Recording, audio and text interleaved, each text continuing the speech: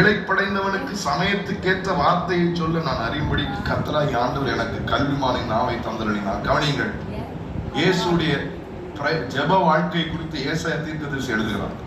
காலைதோறும் என்னை எழுப்புகிறார், கற்றுக்கொள்கிறவர்களைப் போல நான் கேட்கும்படி என் செவியை கவனிக்க செய்கிறார். கர்த்தராகிய ஆண்டவர் என் செவியை திறந்தார். நான் எதிர்க்கவும் இல்லை, பின்வாங்கவும் இல்லை.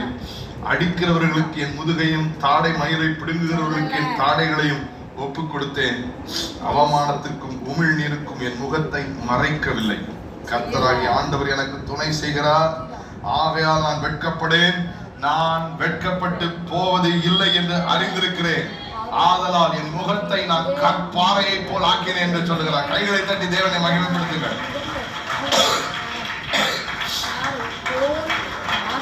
இதோட நான் முடிக்கிறேன்.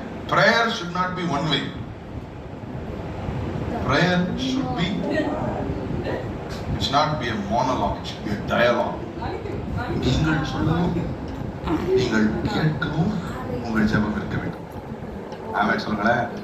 இவர் ஜெபம் பண்ணி ஆண்டவர்கிட்ட பாரத்தெல்லாம் வச்சு, என்னால முடியல, உங்களால முடியும், இந்த பாத்திரத்தை எடுத்துருங்க, ஆனாலும் உங்க சித்தத்தின்படியே நடக்கட்டும் ஒப்பு கொடுத்ததுக்கப்புறம் கர்த்தருடைய சத்தத்திற்கு பிதா சொல்லுகிற அந்த வார்த்தைகளுக்கு இயேசு அவருடைய செவிகள் கற்றுக்கொள்ளுகிறவனை போல திறந்திருந்தது. எனவே ஆண்டவருடைய சத்தத்தை கேட்டார். என்ன வார்த்தை? கர்த்தராகிய ஆண்டவர் எனக்கு துணை செய்கிறார், நான் வெட்கப்பட்டு போவதில்லை, நான் வெட்கப்பட்டு போவதில்லை என்று அறிந்திருக்கிறேன். ஆதலால் என் முகத்தை கற்பாறையை ஆக்கி அடிக்கிறவனுக்கும் உழுகிறவனுக்கும்